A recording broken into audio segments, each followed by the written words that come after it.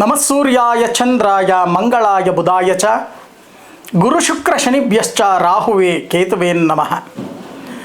ಜನನೀ ಜನ್ಮಸೌಖ್ಯಾನಾಂ ವರ್ಧದಿ ಕುಲಸಂಪದ ಪದವಿ ಪೂರ್ವ ಪುಣ್ಯಾನಾಂ ಲಿಖ್ಯತೆ ಜನ್ಮಪತ್ರಿಕ. ಒಬ್ಬ ಮನುಷ್ಯನ ಜೀವನದಲ್ಲಿ ಗ್ರಹಚಾರ ದೋಷವು ಅತಿ ಮುಖ್ಯವಾದುದು. ಗ್ರಹಚಾರಗಳು ಶುಭ ಫಲಗಳನ್ನು ಅಶುಭ ಫಲಗಳನ್ನು ಕೊಡ್ತಕ್ಕಂಥ ಗ್ರಹಚಾರವಾಗಿರುತ್ತೆ.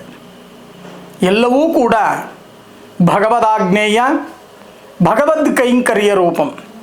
ಅವನ ಆಜ್ಞೆ ಇಲ್ಲದೆ ಒಂದು ಹುಲ್ಲು ಕಡ್ಡಿಯೂ ಕೂಡ ಅಲ್ಲಾಡಲಿಕ್ಕೆ ಸಾಧ್ಯ ಇಲ್ಲ. ಅದಕ್ಕೋಸ್ಕರನೇ ಪ್ರತಿಯೊಬ್ಬ ಮನುಷ್ಯನೂ ಕೂಡ ಭಗವದಾಜ್ಞೇಯ ಭಗವದ್ ಕೈಂಕರ್ಯ ರೂಪಂ ಅವನ ಮೇಲೆ ಭಾರವನ್ನು ಹಾಕಿ ಜೀವನವನ್ನು ಮಾಡ್ತಕ್ಕಂಥದ್ದು. ಇದರಲ್ಲಿ ಗ್ರಹಚಾರ ಅಂತಕ್ಕಂಥದ್ದು ಅತಿ ಮುಖ್ಯವಾದುದು.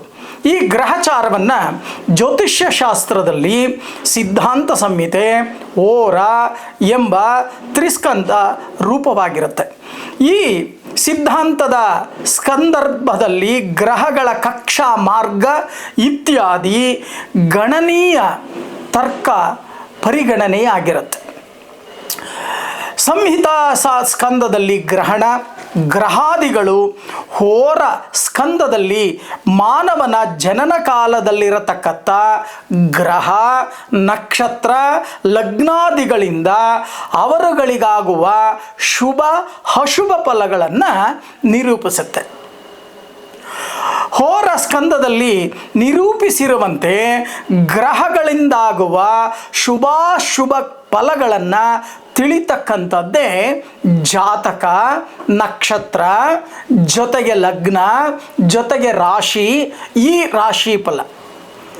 ಈ 2025 ದ್ವಾದಶ ರಾಶಿಗಳಿಗೆ ಯಾವ ರೀತಿ ಫಲಗಳು ಉಂಟಾಗತ್ತೆ, ಗುರು ಯಾವ ಸ್ಥಾನದಲ್ಲಿ ಸಂಚಾರವನ್ನು ಮಾಡ್ತಾರೆ, ಶನಿ ಯಾವ ಸ್ಥಾನದಲ್ಲಿ ಯಾವ ರಾಶಿಯಲ್ಲಿ ಸಂಚಾರವನ್ನು ಮಾಡ್ತಾರೆ, ಶನಿಯ ಫಲಾಫಲಗಳೇನು, ಬೃಹಸ್ಪತಿಯ ಫಲಾಫಲಗಳೇನು, ನಿಮ್ಮ ಜಾತಕಗಳಿಗೆ ಅನುಗುಣವಾಗಿ ರಾಶಿ ಫಲ ಹೇಗಿರುತ್ತೆ, 2025 ಶುಭಾಶುಭ ಫಲಗಳನ್ನು ಎಷ್ಟೆಷ್ಟು ನೀವು ಸ್ವೀಕರಿಸ್ತೀರಿ, ನಿಮ್ಮ ಜೀವನ ಹೇಗಾಗತ್ತೆ, ಮಾಡ್ತಕ್ಕಂಥ ವ್ಯಾಪಾರ ವ್ಯವಹಾರಗಳು ಹೇಗಿರುತ್ತೆ, ಆರೋಗ್ಯ ಭಾಗ್ಯ ಅಂತಕ್ಕಂಥದ್ದು ಹೇಗಿರುತ್ತೆ, ಚಂದ್ರಮ ಮನಸ್ಸೋ ಜಾತಃ ಅಂದರೆ ನಿಮ್ಮ ಮನಸ್ಸು ಯಾವ ರೀತಿ ಇರುತ್ತೆ,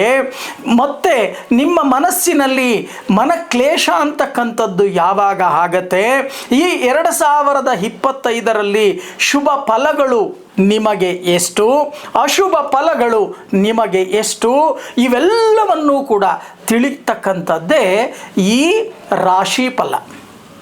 ಈ ರಾಶಿ ಫಲದಲ್ಲಿ 12 ರಾಶಿಗಳು ಇರುತ್ತೆ.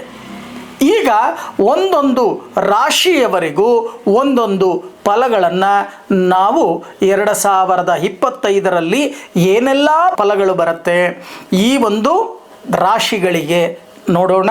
ಇನ್ನು ಮೀನರಾಶಿ, ಈ ಮೀನರಾಶಿಯವರಿಗೆ 2025 ಈ ವರ್ಷ ಭವಿಷ್ಯ ಹೇಗಿರುತ್ತೆ ಬಹಳಷ್ಟು ಆಸೆಯಿಂದ ಕಾಯ್ತಾ ಇದ್ದೀರಿ. ಈ ಒಂದು ವರ್ಷ ಭವಿಷ್ಯವನ್ನು ನಾವು ನೋಡಿದಾಗ ಈಗಾಗಲೇ ಮೀನರಾಶಿಯವರಿಗೆ 7.5 ಅಂತಕ್ಕಂಥದ್ದು ಪ್ರಾರಂಭ ಆಗಿದೆ. ನಷ್ಟದಲ್ಲಿ ಶನಿ. ಈ 2025ರಲ್ಲಿ ಜನ್ಮಕ್ಕೆ ಶನಿ ಅಂತಕ್ಕಂಥವರು ಬರ್ತಾರೆ. ಇನ್ನು ಗುರು ಬಲವನ್ನು ನಾವು ನೋಡಿದಾಗ ರಾಶಾಧಿಪತಿಯಾಗಿರ್ತಕ್ಕಂಥವನು 3ನೇ ಮನೆಯಲ್ಲಿ ಅನರ್ಥಗಳನ್ನು ಮಾಡಿಸ್ತಾ ಇದ್ದಾನೆ. ಮಿಸ್ಅಂಡರ್ಸ್ಟ್ಯಾಂಡ್ ಅಂತಕ್ಕಂಥದ್ದು, ನೀವೇನೇ ಮಾಡಲಿಕ್ಕೆ ಹೋಗಿ, ನೀವು ಒಳ್ಳೆಯದನ್ನು ಮಾಡಲಿಕ್ಕೆ ಹೋದ್ರೂ ಸಹಿತ ಅನರ್ಥಗಳಾಗ್ತಕ್ಕಂಥ ಸಾಧ್ಯತೆ. ನೀವೇನೇ ಮಾತನಾಡಿ, ದೊಡ್ಡವರ ಹತ್ರ ನೀವೇನೇ ಮಾತಾಡಿದ್ರೂ ಸಹಿತ ಅನರ್ಥಗಳಾಗತ್ತೆ, ಮಿಸ್ಅಂಡರ್ಸ್ಟ್ಯಾಂಡ್ ಅಂತಕ್ಕಂಥದ್ದಾಗತ್ತೆ. ಇದಕ್ಕೋಸ್ಕರನೇ ಹೇಳೋದು ಗ್ರಹಚಾರ. ಆದರೆ 2025ರಲ್ಲಿ ನಿಮಗೆ ಗುರು ಮಿಥುನ ರಾಶಿಗೆ ಪ್ರವೇಶ ಮಾಡಿದ ಮೇಲೆ ಮಾನಹಾನಿಗಳಾಗ್ತಕ್ಕಂಥ ಸಾಧ್ಯತೆಗಳಿದೆ. ಎಚ್ಚರಿಕೆ ವಹಿಸ್ತಕ್ಕಂಥ ಕೆಲಸವನ್ನು ಮಾಡಿ. ಬೇರೆಯವರು ಮಾಡಿದ ತಪ್ಪಿಗೆ ಶಿಕ್ಷೆಯನ್ನು ಅನುಭವಿಸ್ತಕ್ಕಂಥ ಒಂದು ಪರಿಸ್ಥಿತಿ ನಿಮ್ಮದಾಗತ್ತೆ. ಈ 2025ರಲ್ಲಿ ಎಚ್ಚರಿಕೆ ವಹಿಸ್ತಕ್ಕಂಥ ಕೆಲಸವನ್ನು ಮಾಡಿ. ತಾಳಿದವನು ಬಾಳಿಯಾನು, ತಾಳ್ಮೆ ಅತ್ಯಗತ್ಯ. ದಿಢೀರಂತ ಹೇಳಿ ಡಿಸಿಷನ್ ತಗೋಬೇಡಿ, ನಿರ್ಧಾರವನ್ನು ಮಾಡಬೇಡಿ. ನೀವು ನಿರ್ಧಾರವನ್ನು ಮಾಡಿದಿರೋದ್ರಿಂದಾನೇ ನಾನಾ ರೀತಿಯ ಸಂಕಟಗಳನ್ನು ಅನುಭವಿಸಬೇಕಾಗತ್ತೆ. ಜೊತೆಗೆ ಜ್ಞಾಪಕ ಶಕ್ತಿ ಕಮ್ಮಿ ಆಗ್ತಕ್ಕಂಥ ಸಾಧ್ಯತೆಗಳಿದೆ. ಮನೋವ್ಯತೆ, ಚಂಚಲತೆ, ಏಕಾಗ್ರತೆ ಅಂತಕ್ಕಂಥದ್ದನ್ನು ಕಳ್ಕೊಳ್ತಕ್ಕಂಥ ಒಂದು ಪರಿಸ್ಥಿತಿಯು ಕೂಡ ಈ ವರ್ಷದಲ್ಲಿ ಹೆಚ್ಚಾಗಿ ಕಂಡುಬರುತ್ತೆ. ಜೊತೆಗೆ ಆರೋಗ್ಯದ ಕಡೆ ಗಮನವನ್ನು ಹರಿಸ್ತಕ್ಕಂಥ ಕೆಲಸವನ್ನು ಮಾಡಿ. ಶರೀರದಲ್ಲಿ ಉಷ್ಣಾಂಶ, ಶೀತಾಂಶ, ಸಮತೋಲನವನ್ನು ಕಾಪಾಡಿಕೊಳ್ಳಿಕ್ಕೆ ಸಾಧ್ಯ ಆಗಲ್ಲ ಈ ಮೀನರಾಶಿಯವರು.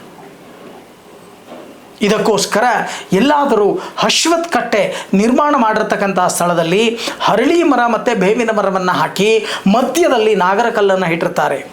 ಅಂಥ ಒಂದು ಸ್ಥಳಕ್ಕೆ ಹೋಗಿ ಶಕ್ತಿ ಇದ್ದರೆ ನಿಮಗೆ ಅಶ್ವತ್ಥವೃಕ್ಷ ಕಲ್ಯಾಣವನ್ನು ಮಾಡಿ ಒಂದಷ್ಟು ಜನಕ್ಕೆ ಅನ್ನದಾನವನ್ನು ಮಾಡಿ ಈ ವರ್ಷ. ಶಕ್ತಿ ಇಲ್ಲ ಅಂತ ಅಂದರೆ ಅದಕ್ಕೆ 18 ಪ್ರದಕ್ಷಿಣೆಗಳ ನಮಸ್ಕಾರಗಳನ್ನು ಮಾಡ್ತಕ್ಕಂಥ ಕೆಲಸವನ್ನು ಮಾಡಿ.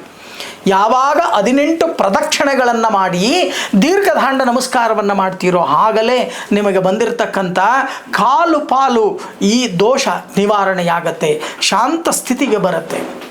ಶಕ್ತಿ ಇದ್ದರೆ ವಿವಾಹ ಮಹೋತ್ಸವವನ್ನು ಮಾಡಿ 4 ಜನಕ್ಕೆ ಅನ್ನವನ್ನು ಹಾಕಿ. ಜೊತೆಗೆ ಆರೋಗ್ಯದ ಕಡೆ ಗಮನವನ್ನು ಹರಿಸಿ. ಮನಸ್ಸು ಏಕಾಗ್ರತೆ ಅಂತಕ್ಕಂಥದ್ದನ್ನು ಕಳ್ಕೊಂಡಾಗ ದೊಡ್ಡವರು ಒಂದು ವಾಕ್ಯವನ್ನು ಹೇಳ್ತಾರೆ, ಹಾಡ್ತಾ ಹಾಡ್ತಾ ರಾಗ, ಕೊರಗ್ತಾ ಕೊರಗ್ತಾ ರೋಗ. ಈ ಒಂದು ಕೊರಗ್ತಾ ರೋಗ ಮಾಡ್ಕೋಬೇಡಿ. ಏನೇ ಆಗಲಿ ಎಲ್ಲವನ್ನು ಅವನ ಮೇಲೆ ಬಿಡಿ, ಅವನು ನಮಗೆ ದಾರಿಯನ್ನು ತೋರಿಸ್ತಾನೆ. ನಿಮ್ಮ ಬೃಹಸ್ಪತಿಗೆ ಅಧಿದೇವತೆಯಾಗಿರ್ತಕ್ಕಂಥ ದಕ್ಷಿಣಮೂರ್ತಿ ನಿಮಗೆ ಒಳಿತನ್ನು ಮಾಡಲಿ ಅಂತ ಹೇಳಿ ನಾನು ಕೂಡ ದಕ್ಷಿಣಮೂರ್ತಿಯನ್ನು ಪ್ರಾರ್ಥನೆಯನ್ನು ಮಾಡ್ತೀನಿ.